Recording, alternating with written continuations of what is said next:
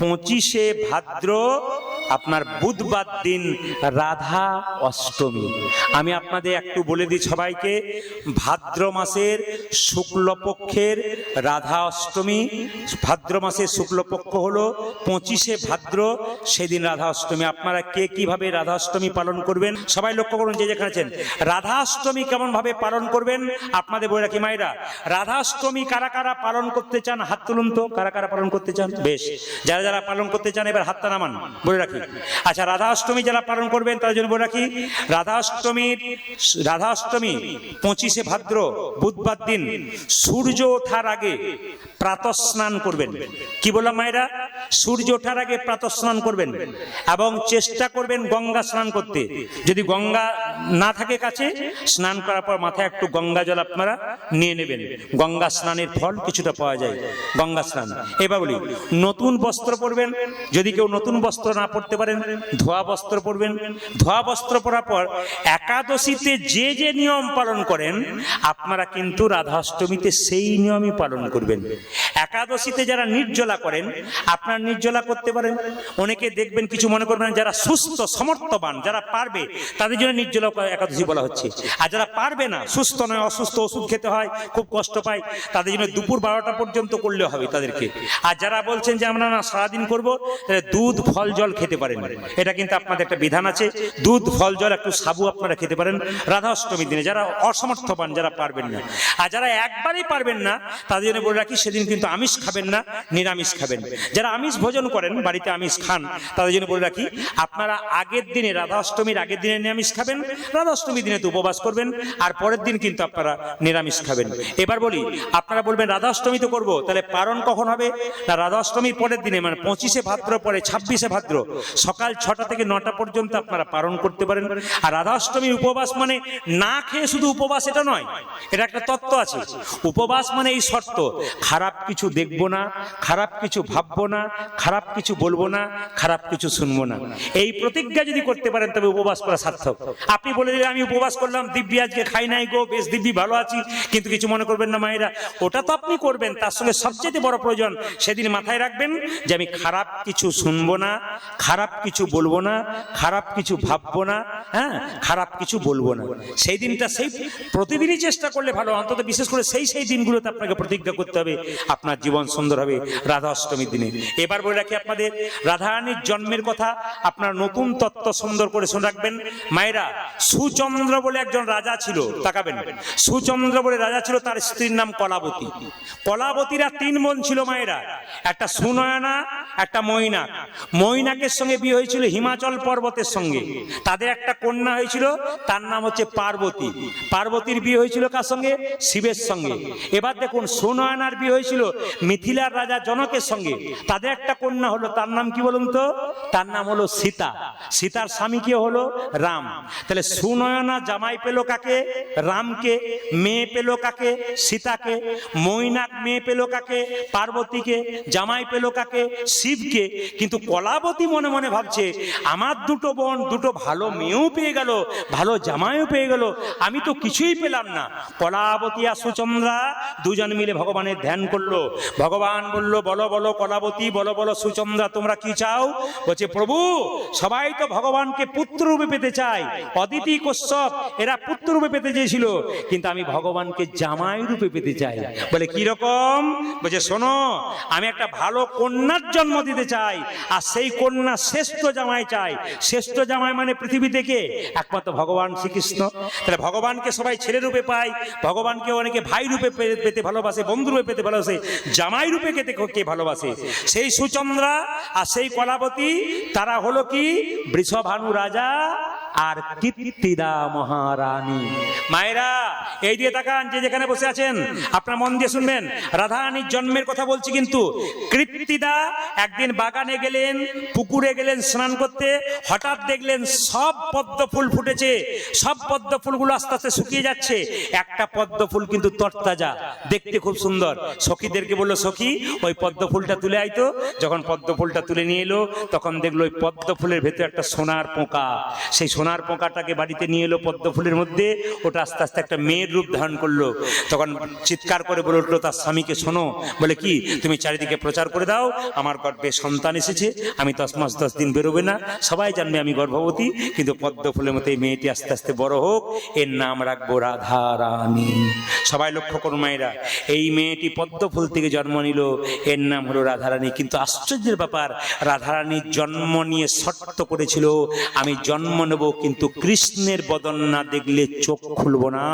যারা কীর্তন শুনতে এসছেন তারা হরিবাসরে শপথ করে যান, কাল সকাল থেকে ঘুম থেকে ওঠার পর ভগবান শ্রীকৃষ্ণের বদন না দেখলে নেতাই গৌর হরি বল বলে আপনারও চোখ যেন না খোলেন।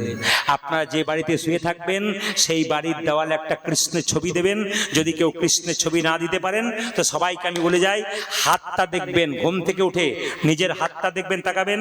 ঘুম থেকে উঠে যারা যারা আমার দিকে তাকান দেখে নিন, ঘুম থেকে উঠে আপনারা কি করবেন, স্মৃতিশাস্ত্র বললো, ঘুম থেকে উঠে চোখটা এরকম করবেন, হরে কৃষ্ণ মহামন্ত্র বলবেন, তারপর হাতটাকে দেখবেন। করাগ্গে বসতে লক্ষ্মী, করমূলে তু সরস্বতী, করমধ্যে গোবিন্দম, প্রভাতে করদশ্রম।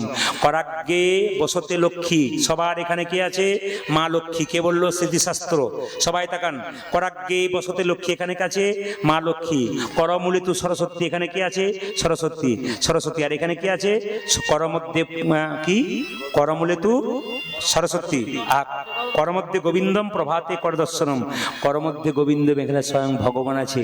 সকালবেলায় ঘুম থেকে উঠে কেউ যদি কটটাকে দর্শন করে কপালে ঠিকাতে পারে, স্মৃতিশাস্ত্র বলল তার ভগবানকে প্রণাম করা হয়ে যায়। এত সুন্দর সুন্দর শিক্ষা জগৎকে দিয়েছে, যদি শিক্ষাগুলো জীবনে নিতে পারেন আপনার জীবন সুন্দর হবে। না কে বলেছে? কিছু মনে করবেন না, মানুষ স্কুলে জন্ম নিয়েছেন, কে কখন চলে যাবে কেউ জানে না। তাই যারা কীর্তন শুনছেন তাদের কাছে প্রদীপ পালের নিবেদন হলো, সংসারে বিবাদ করে কোনো লাভ নাই, সুবাদ করুন। যদি মনে করেন আমি নিজে খাবো নিজে পড়বো, যখন চোখ মুজে দেবেন সমাজ তখন আপনাকে ধিক্কার জানাবে, আপনার জায়গাটা স্বর্গে হবে না, আপনার জায়গাটা নরকে হবে। আপনি যে স্বার্থপর হবেন, কিসের জন্য এসছেন? এই সংসারে তো নাটকের মঞ্চের মতো অভিনয় করতে এসছেন। অভিনয়ের মঞ্চে যেমন রং মেখে মেখে অভিনয় করে, অভিনয় শেষ করলে নাট্যমঞ্চ থেকে নেমে চলে যায়, সেরকম সংসারে আপনার অভিনয় শেষ হয়ে গেলে আপনি চলে যাবেন, কেউ আর আপনার দিকে তাকাবে না। যে যেমন টিকিট কেটেছেন সে সেরকম নেমে যাবেন।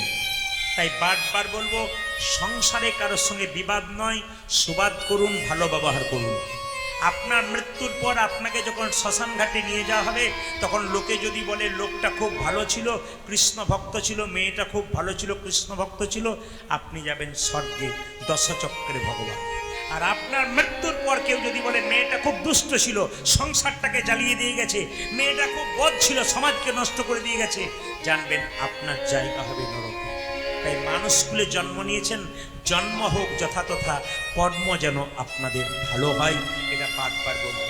ও মায়েরা, ভগবানকে দেবার সময় আপেল কলা লেবু দেন, হাত তুলে বলুন ভগবান খায়? ভগবান খায় না। কি করে মা? দেখে। কি দেখে? আপনি যে 4টে কলা 4টে আপেল নিয়ে গেলেন, অহংকারের ভাবে নিয়ে গেলেন না প্রেমের ভাবে নিয়ে গেলেন? এই যে কীর্তন শুনছেন, আপনাদের মনের মধ্যে কি ঘুরঘুর করছে ওটা প্রদীপ পাল জানবে না, কিন্তু অন্তর্যামী ভগবান জানতে পারবে কীর্তন শুনতে সে কে কার কথা ভাবছে।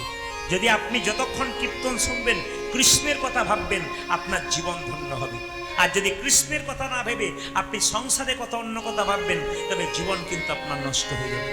তাই বারবার বলবো, যতক্ষণ কীর্তন শুনবেন মন মনা মত ভক্ত মত যাজীবাং কুরু। তার মানে কি? তুমি তোমার মনটাকে ভগবানের চরণে দাও।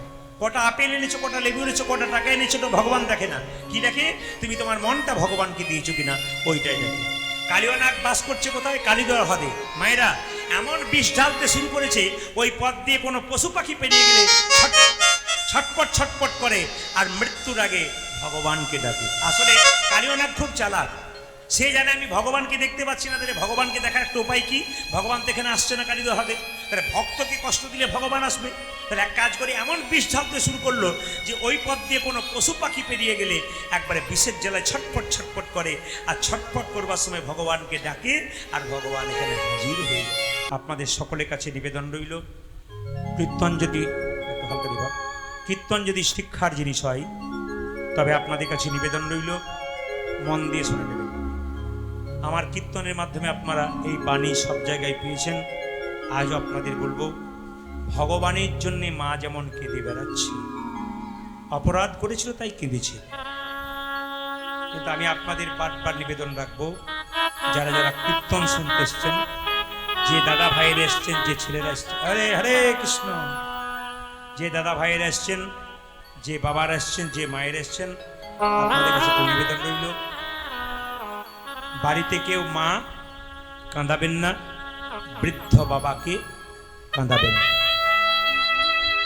আমি 100% গ্যারান্টি দিয়ে গেলাম আপনাদেরকে, যদি কেউ কম বয়সে রক্তের গরমে অহংকারে নিজের বাড়িতে বৃদ্ধ বৃদ্ধাকে কাঁদান, তবে আসরে দাঁড়িয়ে বলে গেলাম, আপনাকে একদিন ঘরের দরজায় বসে বসে কাঁদতে হবে। 10 লাখ টাকা ব্যাংকে দিলেন, 10 বছর পরে ডবল হবে, তা সুদ পাবেন। আপনি কাউকে একটা খারাপ কথা বললেন, 10 বছর পরে ডবল হয়ে আপনার কাছে ফিরে আসবে। ওই জন্য আমি বারবার বলবো, যারা কীর্তন শুনছেন তাদের কাছে আমার আবেদন রইল, কারো বাড়িতে মা কাঁদাবেন না, বাবা কাঁদাবেন না। আমি প্রত্যেকটি বয়স্ক মাকে বলবো, নিজের বৌমাকে মেয়ের মতো ভালোবাসুন। আর যারা বৌমা হয়েছেন তাদেরকে বলবো, মেয়ে যেমন তার মাকে ভালোবাসে, আপনি সেরকম ভালোবাসা দিন। কেন? মেয়ে আর মায়ে যেমন কথা কাটাকাটি হলে আবার মেয়ে মায়ের গলা জড়ি ধরে, কিংবা মা আবার মেয়েকে হাতে ধরে খাইয়ে দেয়, এরকম সম্পর্ক যদি আপনারা বাড়িতে করতে পারেন, আপনাদের সংসারে কোনোদিন অশান্তি হবে না। আমি আপনাদের বলতে চাই, আপনি যে রাগ দেখাবেন, অহংকার করবেন, বাড়িতে অশান্তি করবেন, আপনার বাচ্চা ছেলের মনে কিন্তু ওটা দাগ কাটবে। আপনি আপনার বৃদ্ধ বৃদ্ধাকে ভালোবাসবেন না, ওই বাচ্চা ছেলেটা আপনার কাছ থেকে শিখবে, ও যখন বড় হবে তখন আপনাকেও আর ভালোবাসবে না, ও আপনার কাছ থেকে শিখছে। আমি একটা প্রমাণ আপনাদের দিয়ে যাই, একটু মন দিয়ে শুনে দিন। আমি দেখে নিয়েছি, একজন ভদ্রলোক, ভদ্র মহিলা দালান বাড়িতে বাস করে, আর নিজের বাবা মাকে খড়ের বাড়িতে রাখে, হ্যাঁ, একবারে পাথর বাটিতে খেতে দেয়, পাথরের থালায় খেতে দেয়, আর নিজেরা কাঁসার থালায় খায়। শুনবেন মায়েরা, তাদের একটা ছোট্ট ছেলে হয়েছে, সেই ছেলে যখন বড় হলো, কলকাতায় পড়াশুনো করতে গেল, পড়াশুনো করে এসে জিজ্ঞেস করলো, মা এ তুমি কি করছো? দাদু ঠাকুমাকে তুমি পাথরের বাটিতে থালাতে দিচ্ছ, আর আমরা কেন কাঁসার থালায় খাচ্ছি? কিছু মনে করবেন না, ছোটবেলায় ছেলে যদি মাকে প্রশ্ন করে, মা হয়তো বকে ঝোঁকে তাকে চুপ করিয়ে দেবে, কিন্তু ছেলে যখন যুবক বয়স হয়ে যাবে, মেয়ে যখন বড় হয়ে যাবে, মাকে প্রশ্ন করবে, মা তখন এর উত্তর দিতে পারবে না। তাই আমি আপনাদের বলবো, এমন কিছু কাজ করুন যেন ছেলে মেয়ের মনে সেই প্রতিক্রিয়া না হয়। আপনি যেমনটি ব্যবহার করবেন, আপনার ছেলে মেয়ের মনে সেইটাই কিন্তু দাগ কাটবে। সবাই লক্ষ্য করুন, সেই ছেলে বড় হয়েছে, দাদু ঠাকুমাকে বলছে, দাদু ঠাকুমা তোমরা কেন কাঁসার থালায় খাও না, পাথরের থালায় খাও? তোমরা কেন খড়ের বাড়িতে বাস করো, আমরা কেন দালান বাড়িতে থাকি? দাদু ঠাকুমা দেখলো ঝগড়া হতে পারে, তাই বললো, দাদু ভাই আমরা আগেকার মানুষ তো, ওই জন্য আমরা দালান বাড়িতে থাকতে ভালোবাসি না, আমরা খড়ের বাড়িতে থাকতে ভালোবাসি। আমরা আগেকার মানুষ তো, আমাদের পাথরের থালায় খাওয়া অভ্যাস আছে, ওই জন্য পাথরের থালাটাই আমাদের কাছে ভালো। তখন সঙ্গে সঙ্গে নাতিটা বলে উঠলো, দাদু তুমি যাকে বোঝাবে, আমাকে বুঝিও না। বলে কেন? আমি বড় হয়ে গেছি, আমি যুবক হয়ে গেছি, আমি সব বুঝতে পারি। শোনো, তোমার ওই পাথরের থালার বাটিটা আমায় দাও। বলে কি করবি? দরকার আছে। পাথরের থালার বাটিটাকে নিয়ে এক পাশে লুকিয়ে রেখেছে। তার মা যখন তার দাদু ঠাকুমাকে খাবার দিতে এলো, কাঁসার থালায় নয়, পাথরের পাতা দিয়ে নিয়ে এলো, বললো থালাগুলো কই? চুপচাপ তাকিয়ে আছে দাদু ঠাকুমা নাতির দিকে। থালাগুলো কই? দাদু ঠাকুমা নাতির দিকে তাকিয়ে আছে। নাতি বলছে, বলো যা বলবার বলো। সঙ্গে সঙ্গে দাদু ঠাকুমা বলল, দাদু ভাই তুই বল যা বলবার। সঙ্গে সঙ্গে তার মা বলল, খোকা তুই রেখেছিস? বলে হ্যাঁ মা, ওগুলোকে যত্ন করে রেখে দিলাম। আজকে দাদু ঠাকুমাকে তুমি কাঁসার থালায় দাও। বলে কেন? যত্ন করে রেখেছিস কেন? বলছে আমি যখন আরো বড় হব, আমার যখন বিয়ে হবে, তোমরা যখন বুড়ো হবে, তখন ওই পাথরের থালায় তোমাদেরকে দেবো, আমরা কাঁসার থালায়। কীর্তন যদি শিক্ষার বিষয় হয়, প্রত্যেকটি জীব, প্রত্যেকটি জনগণের কাছে, প্রত্যেকটি মায়ের কাছে আমার নিবেদন রইল, এখনো যদি আপনারা অত্যাচার শুরু করেছেন সংসারে, অহংকার করছেন, শোধরান, নইলে কিন্তু আপনাকে ঠকতে হবে। আপনি এখন মনে মনে ভাববেন এই কথাগুলো আমার গায়ে জ্বালা দিচ্ছে, কিন্তু যখন আপনার ছেলে বড় হয়ে আপনাকে ঘর থেকে টানতে টানতে নিয়ে যাবে, সেই দিন বুঝবেন আমি কি করেছি। অনেক মেয়েরা আমার কাছে এসে বলে, বাবা প্রদীপ, আমার ছেলে ডাক্তার ইঞ্জিনিয়ার, আমায় ভালোবাসে না, এক পাশে ফেলে দিয়ে চলে গেছে। বললাম, মা তোমার পূর্ব জীবনের কথা তোমার মনে আছে? বলে, না তো। মনে করে দেখো, তুমি পূর্ব জীবনে অতীতে কি করেছো। তুমি বৃদ্ধ বৃদ্ধাকে দিয়েছিলে? মাথাটা নিচু করে বলে, হ্যাঁ বাবা, আমি ওদেরকে দিই না বলে আজকে আমিও পাচ্ছি না। তাই আমি আপনাদেরকে বলবো, আপনি দেবেন তবে পাবেন, আপনি দেবেন না তো পাবেন না। মায়ের মতো আপন কেউ হয় না, মায়ের মতো আপন কেউ হয় না। এ পৃথিবীতে যার মা নাই, বাবা নাই, সে জানে মা বাবার কি ভালোবাসা। মা বাবা যতদিন বেঁচে আছে, ততদিন আমরা মা বাবাকে বুঝতে পারি। যেদিন সংসার ছেড়ে চলে যাবে,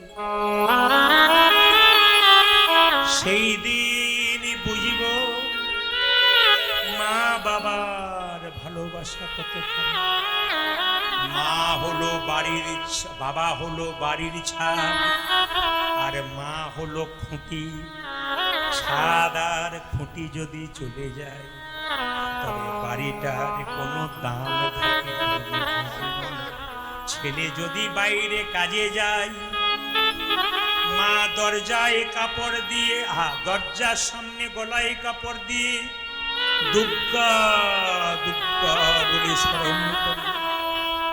সবাই লক্ষ্য করুন, ছেলে যখন বাজারে যায়, ছেলে যখন বাইরে যায়, স্ত্রী বলে আমার জন্য কাপড় এনো, মেয়ে বলে বাবা আমার জন্য মোবাইল এনো, ছেলে বলে আমার জন্য হাত ঘড়ি এনো। কিন্তু যার জন্য কিছুই আনবে না, সেই মা দরজার সামনে বলে, খোকা সাবধানে যাবি, আর সময় মতো খাবার খেয়ে নিবি, সময় মতো খাবার খেয়ে নিবি। মায়ের মতো আপন কেউ হয় না, মায়ের মতো আপন কেউ হয় না। একটা মায়ের পেটে একটা বাচ্চার 10 মাস 10 দিন জায়গা হয়। সেই ছেলে বড় হয়ে যখন নদিয়ার কোনো একটা বড় শহরে রানাঘাটে ফ্ল্যাট কেনে, আত্মীয় স্বজন সবারই জায়গা হয়, শুধু বাবা মায়ের, বাবা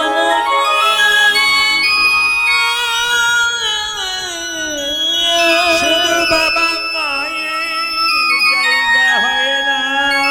বাবা মাই জায়গা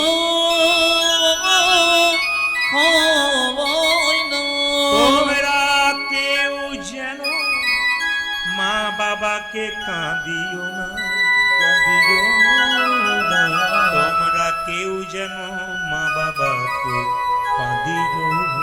মা বাবাকে কেউ কাঁদিও না।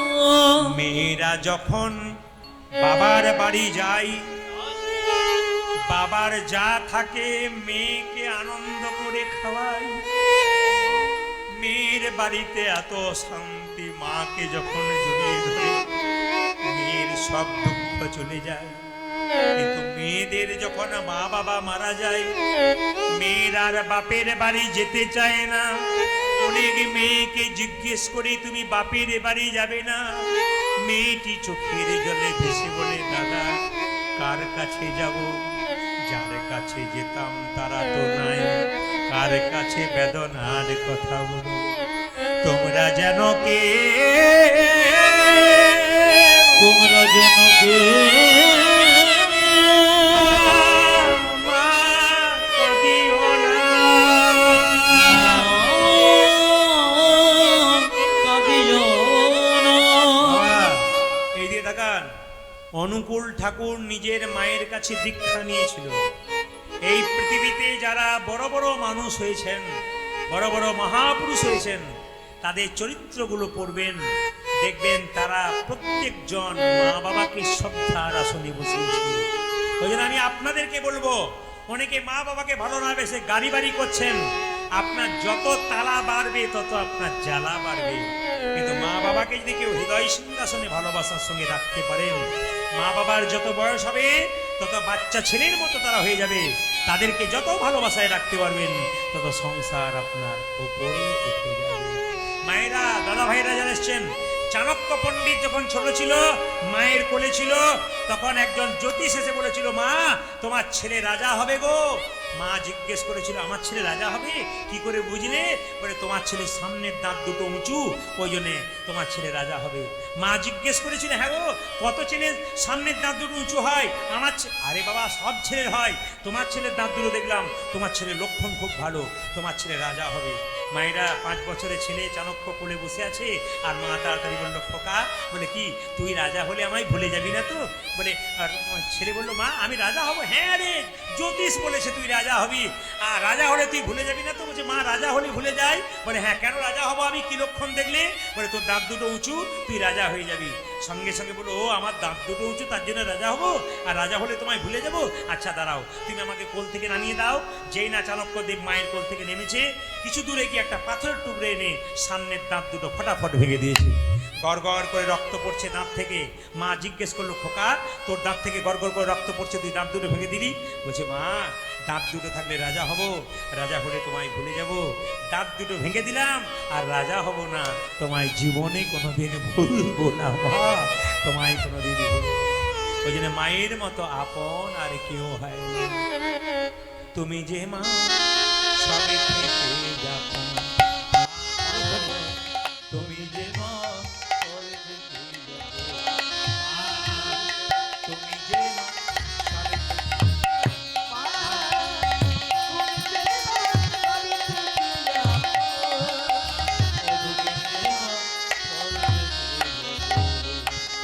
তুমি আকাশ, তুমি বাতাস, তুমি আকাশ, তুমি বাতাস, তুমি আকাশ, তুমি বাতাস, তুমি যে ভুবন, তুমি যে মা সবে থেকে আপনরাই গো।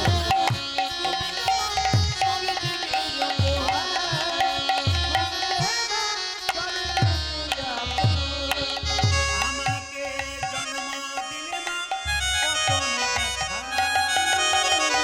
10 মাস 10 দিন গর্ভেতে লুমো।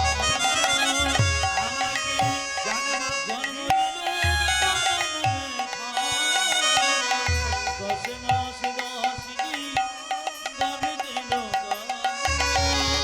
আমাকে জন্ম দিলে মা কত না ব্যথা, 10 মাস 10 দিন গর্ভেতে লুকাই। আমাকে জন্ম দিলে কত না ব্যথা, 10 মাস 10 দিন গর্ভেতে লুকাই।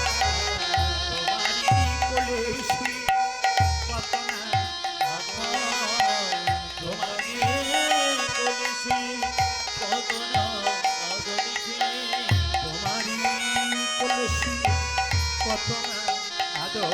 ওয়ো মা তোমাকে কোলে শুয়ে কত না আদর করলে না গো আমারই যতন।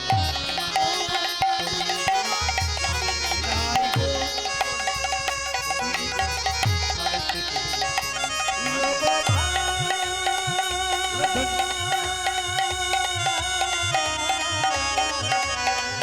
তুমি যে মা সবে থেকে,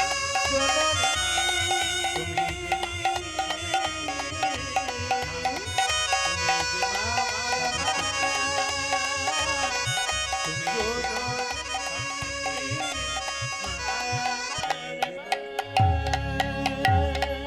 আমি দুটি প্রশ্নের উত্তর দিয়ে গৌরচন্দ্রিকা শেষ করব। মায়েরা বলছে, হরিনামে দীক্ষা নিলে কি হয়, আর হরিনামে দান করলে কি হয়, এই দুটি যুক্তি আপনাদের বুঝিয়ে দেবো। আপনাদের গ্রামটার নাম কি? শঙ্করপুর, তাই তো? হরে কৃষ্ণ, জোরে বলবেন। শঙ্করপুর? হ্যাঁ, না না, দু চারজন শঙ্করপুর তো। আচ্ছা, এই শঙ্করপুরে যে কীর্তন হচ্ছে কিছু মনে করবেন না। একটা ছেলে ভিক্ষা করতে এসছে, তার বয়স হচ্ছে 10 বছর, খুব 10 বছর, খুব বাচ্চা ছেলে। তো ভিক্ষা করতে বেরিয়েছে। তো গ্রামের একজন দোকানদার জিজ্ঞেস করছে, হ্যাঁ রে খোকা, তোর এত সকাল সকাল সন্ধে হলো কেন? দেখবেন আমাদের কোনো ছেলে যদি খুব কম বয়সে হরিনাম করে, আমরা কি বলি? এখন থেকে বুড়ো বিকি রে, এখন থেকে বুড়ো বয়স। আরে বুড়ো হলে কীর্তন করবি, এখন করবি না।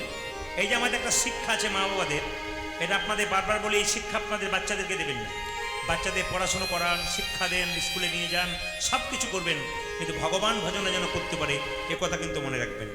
আপনি যদি কৃষ্ণ ভক্ত সন্তান তৈরি করতে পারেন, তাহলে মাথায় রাখবেন এই সন্তান কিন্তু ভবিষ্যতে আপনাকে দেখবে, তার মধ্যে বিবেক তৈরি হবে।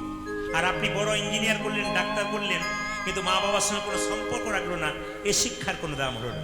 এমন শিক্ষা দিতে হবে, সে ইঞ্জিনিয়ার হবে, ডাক্তার হবে, বড় প্রতিষ্ঠিত মানুষ হবে, কিন্তু মা বাবাকে যেন ভুলতে না পারে। এই বিবেকটা কিন্তু দরকার আছে। আমি একটা ছোট্ট প্রমাণ আপনাদের দিয়ে দিই, একটু মন দিয়ে শুনে নিন। ছোট্ট প্রমাণটা কি সবাই লক্ষ্য করুন। একটা ছোট্ট ছেলে গ্রামে ভিক্ষা করতে এসছে। দোকানদার জিজ্ঞেস করছে, এ খোকা, এত সকাল সকাল সন্ধে হলো কেন? ছেলেটা বলে উঠলো, 10 বছর বয়স তো, বলছে সকাল সকাল না বেরোলে সন্ধ্যার আগে পৌঁছানো যায় না। তত্ত্বটা বুঝতে হবে কিন্তু, সকাল সকাল না বেরোলে সন্ধ্যার আগে। আরে বাবা, সকাল সকাল সাজবেন তবে ঠিক সময়ে ভগবানের কাছে পৌঁছাবেন। আর বুড়ো বয়সে ভগবানের নাম করবেন, তখন চোখে দেখতে পাবেন না, হাত ভালো করে চলবে না, পা চলবে না, তখন আপনার কৃষ্ণ ভজন আর হবে না। ওই জন্য সকাল সকাল ভজন করতে হবে। এখন ছেলেটি যে গ্রামে ভিক্ষা করতে এসছে, ওই গ্রামটার নাম সত্যগ্রাম। আপনার যেমন শঙ্করপুর গ্রাম, ওই গ্রামটার নাম সত্যগ্রাম। তা দোকানদার বলছে, জানিস যে গ্রামে তুই ভিক্ষা করতে এসছিস সেই গ্রামের নাম সত্যগ্রাম। ছেলে বললো, তাহলে এখানে সবাই সত্য কথা বলে? বলে হ্যাঁ রে, তুই যাকে জিজ্ঞেস করবি সেই সত্য কথা বলে। বলে একবার চেষ্টা করে দেখি। বলে হ্যাঁ দেখ। এখন মায়েরা, ছোট্ট ছেলেটা ভিক্ষা করতে গ্রামে ঢুকেছে, তা ঢুকবি তো ঢোক, একটা বুড়ি মায়ের বাড়িতে 80 বছর বয়স, তার দরজায় ধাক্কা দিচ্ছে। ও মা, এ কে আছো? দরজায় ধাক্কা, যে না দরজায় ধাক্কা দিচ্ছে, এই তো বুড়ি মা বেরিয়েছে, 80 বছর বয়স। ও জেনে গেছে এই সত্যগ্রাম মানে সবাই সত্য কথা বলে। আচ্ছা বুড়িমা, তোমার বয়স কত? ভিক্ষা তো নেবো, তোমার বয়স কত? বুড়িমা বলছে, বাবা বায়কি তেও, মানে দাঁত ভেঙে গেলে জিভ লটপট করলে আর 12-13 বেরোয় না, বায়কি তেও। যেই না বায়কি তেও বলেছে, অমনি ছেলে চমকে উঠে বলছে, এই বুড়ি, এই গ্রামটার নাম সত্যগ্রাম, এখানে সবাই সত্য কথা বলে, তুমি মিথ্যা কথা বলছো কেন? বুড়ি তো বলছে, কি মিথ্যা কথা বললাম? তোমাকে জিজ্ঞেস করলাম তোমার বয়স কত, তুমি বলছো 12-13, মানে 12-13, তোমাকে তো 80 বছর দেখে মনে হচ্ছে। বলছি, বাবা আমার বয়স সত্যিকারের 80 বছর হয়েছে, কিন্তু আসল বয়স হয়েছে 12-13। তার মানে বুঝলাম না। বলছে, খুব কম বয়সে বিয়ে হয়েছে, সংসার করতে করতে দীক্ষা নেবার সময় হয় নাই, গুরুমন্ত্র নেবার সময় হয় নাই, এই 12-13 বছর আমি গুরুমন্ত্র নিয়েছি, ওই জন্য আমার বয়স হলো 12-13। তার মানে আপনারা যারা কীর্তন শুনতে এসছেন, যারা গুরুমন্ত্র নিয়েছেন, যে বয়স থেকে নিলেন আজ পর্যন্ত যে বয়সটা হলো, এটা আপনার ভগবানের জগতে আপনার বয়সটা হলো। কিন্তু যতক্ষণ না গুরুমন্ত্র না নেবেন, আপনি ওইখানেই রইলেন, আপনার জীবনে কোনো সফলতা এলো না। তাই বারবার বলবো, যারা এখনো পর্যন্ত মন্ত্র নেন নাই, নেব করছেন, সৎগুরুকে দেখে দীক্ষা নিয়ে নিন, আপনার জীবন সুন্দর হবে। ওই ছেলেটা ভিক্ষা করতে করতে আবার দেখুন পাশে একটা বাড়িতে গেছে, বিরাট বড় জমিদার, প্রচুর টাকার মালিক, 2-4টা গাড়ি, 2-4টা বিরাট ঘরের পালুই। জিজ্ঞেস করছে, ও জমিদার, তুমি কত টাকার মালিক? জমিদার বলল, আমি 4 বস্তা ধান আর 404 টাকার মালিক। এখন ছেলেটা চমকে উঠলো, আচ্ছা তুমি মিথ্যে কথা বলছো কেন? যা 4খানা ট্রাক, এত ধানের গোলা, সে কিনা বলে আমি 404 টাকা 4 বস্তা ধানের মালিক। তখন জমিদার বলল, বাবা এই যে এত সব তুই দেখতে পাচ্ছিস, এ ধনের মালিক আমি নই। বলে কিরকম? আমি ধন সঞ্চয় করতে করতে হরিনাম জীবনে শুনি নাই, একদিন হরিনামের আসরে গেলাম, আর হরিনাম শুনতে শুনতে আমি দানের কথা শুনলাম, তখন মনে হলো যে কিছু দান করা দরকার। সারা জীবন দান করি নাই, শুধু রোজগার করে গেলাম। এই 4 বছর ধরে হরিনামে 1 বস্তা করে ধান আর 160 টাকা দিয়েছি, 4 বছরে 4 বস্তা ধান 404 টাকা দেওয়া হয়েছে। যতদিন আমি আয় করেছি তত ব্যয় হয়েছে, আমার জমা বলতে হরিনামের ব্যাংকে 404 টাকা 4 বস্তা ধানটাই হয়ে গেছে। তাই যেখানে যেখানে হরিনাম হয়, সৎসঙ্গ হয়, যেটুকু দান করবেন সেটাই কিন্তু আপনার ভগবানের ব্যাংকে জমা হয়ে যাবে। মায়েরা সবাই মিলে একটু প্রেম সে হাত তুলে এই গানটি গাইতে গাইতে যাবেন। সবাই মিলে একসঙ্গে, সবাই মিলে ভজ গৌরাঙ্গ লহ গৌরাঙ্গ জপ গৌরাঙ্গ।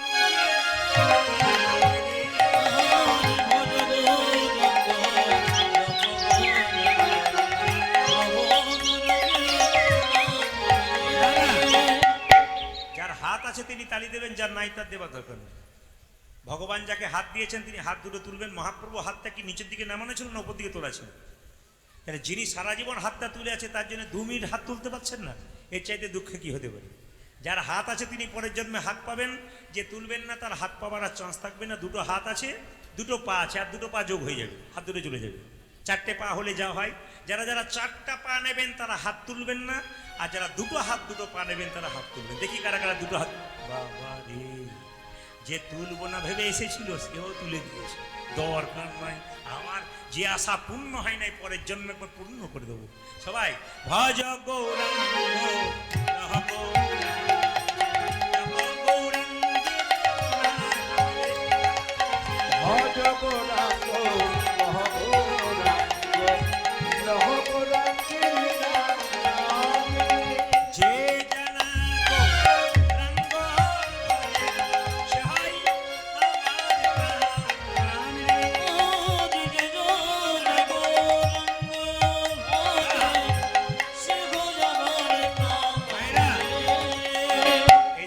এসছে MK স্টুডিও আর অহনা স্টার কীর্তন। আপনারা 2 দিন পরেই মোবাইলে দেখতে পাবেন, ইউটিউবের মাধ্যমে, ফেসবুকের মাধ্যমে। আপনাদের দিকে ক্যামেরাটা ঘোরাচ্ছে মানে আপনারা কেমন হাততালি দিচ্ছেন, 2-4 দিন পরে আপনারা দেখতে পাবেন টিভিতে কিংবা মোবাইলে দেখতে পাবেন। যদি কেউ হাত না তোলেন তাহলে দিদি আমি হাত তুলি নাই গো, আমার উঠে নাই, এটা যেন বলতে না হয়। সবাই মিলে হাত তুলুন, ও ক্যামেরা ঘোরাচ্ছে। ভজ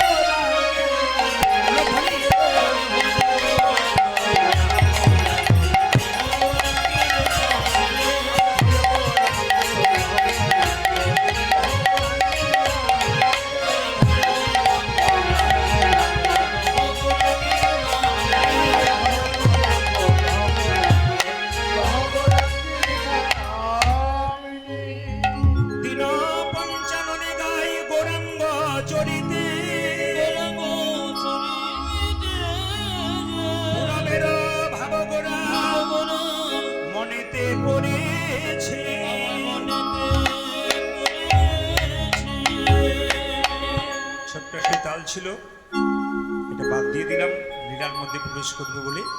সবাই মিলে একবার বলুন রাধে রাধে, আরো জোরে বলুন, আরো जोर से बोलना पड़ेगा, बहुत जोर से बोलो, प्रेम से बोलो, आरो जोरे बोलो ना, বাহ, বাহ, বাহ। কাল থেকে সকালবেলায় যে যাকে দেখবেন কি বলবেন জোরে বলুন, আমি জোরে শুনতে চাই, কি বলবেন? বাচ্চারা তো খুব জোরে বলছিস, রাধে রাধে বলবি তো?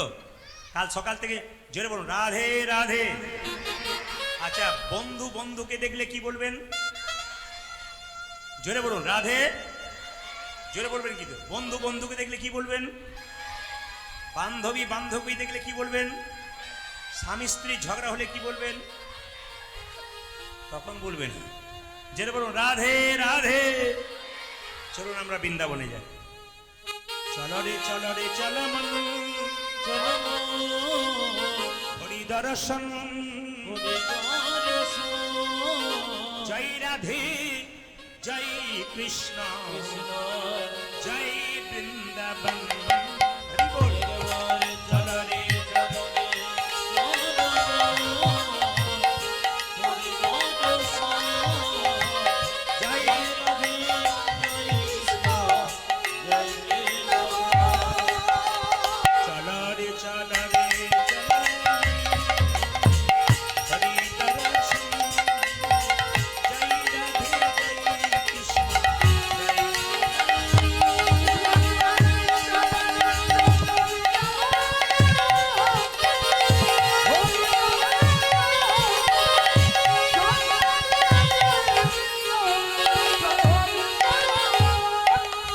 দেশে ঘাট বংশী নিকুঞ্জ কানন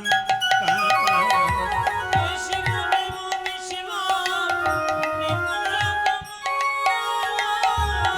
ঘাট বংশী নিকুঞ্জ কানন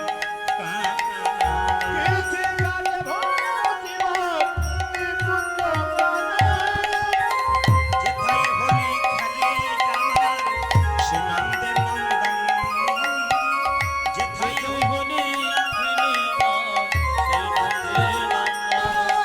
যেথায় হোলি খেলে আমার সে নন্দের নন্দন। যেথায়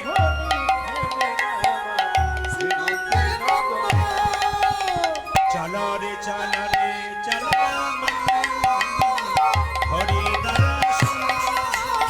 জয় রাধে জয় কৃষ্ণ জয় বৃন্দাবন।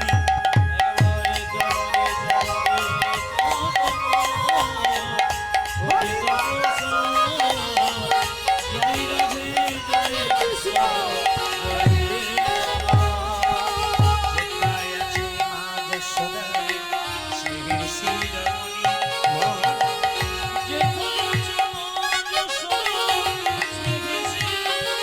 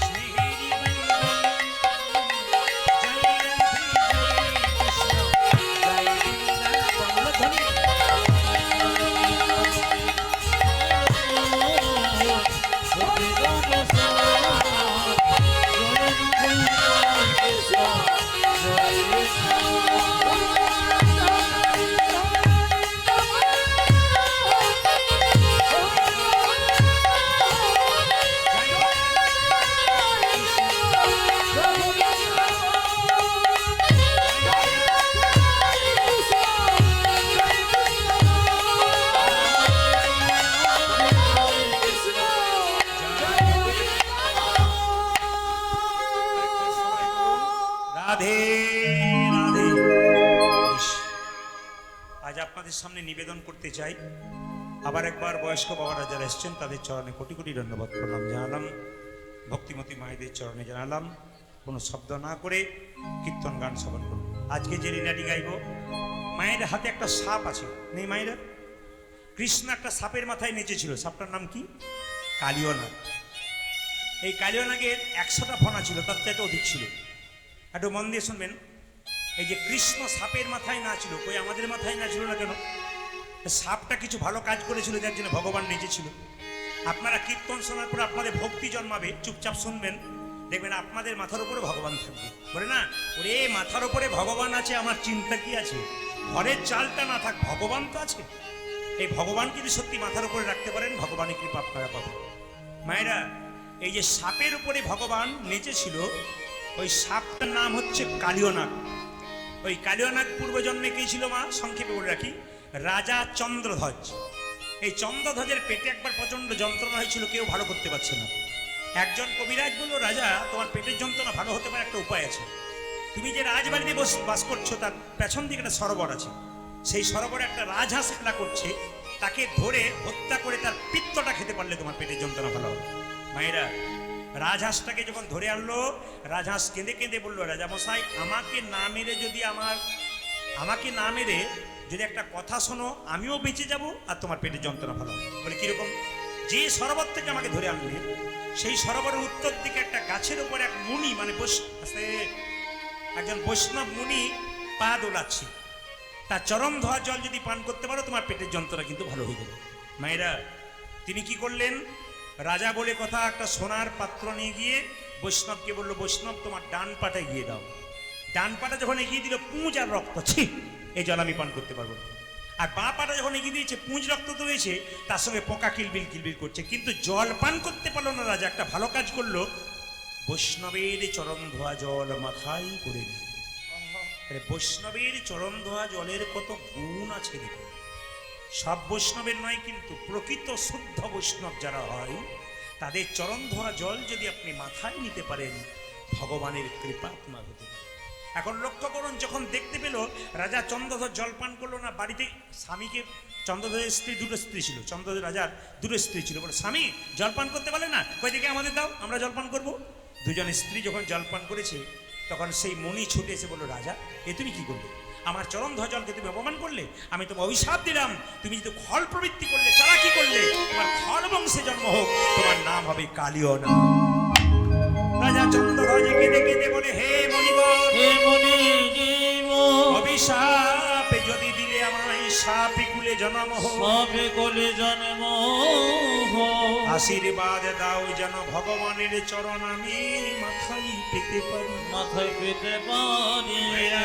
বৈষ্ণবের বস কৃষ্ণ সর্বশাস্ত্রে কয়, এই সব জানিল বৈষ্ণবের আশ্রয়। আপনাদের সামনে যদি গরুর হাট থাকে, আপনি একটা গাভী এবং বাছুর কিনতে গেছেন, আপনি গাভীটাকে দড়ি দিয়ে টানছেন, গাভী আসছে না, কিন্তু বাছুরটাকে দড়ি দিয়ে টেনে আনবেন বা কোলে করে নিয়ে আসবেন, দেখবেন গাভী তার পেছন পেছন আসবে।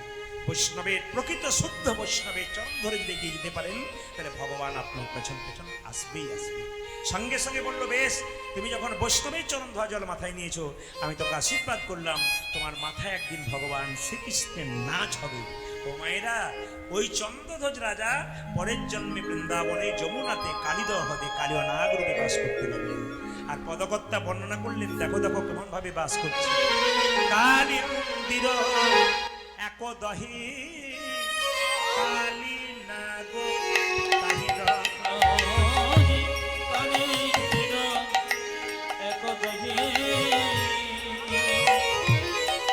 আজ কালি না গো, দহে দহে কালী তীর একদহে তাহির, আজ কালে ছিল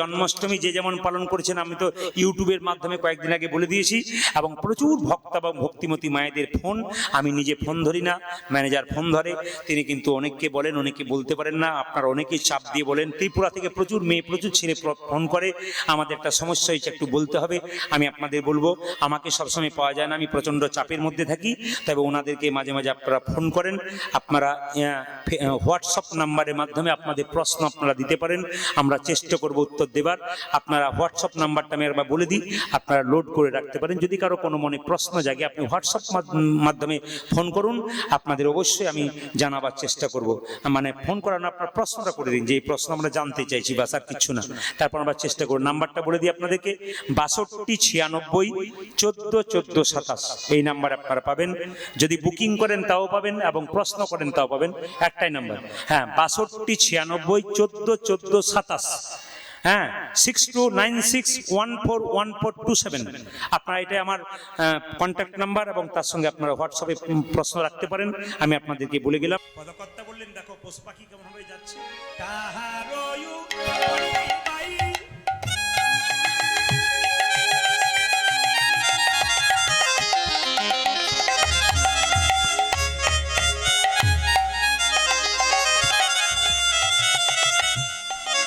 যদি পাখি উড়ে যায়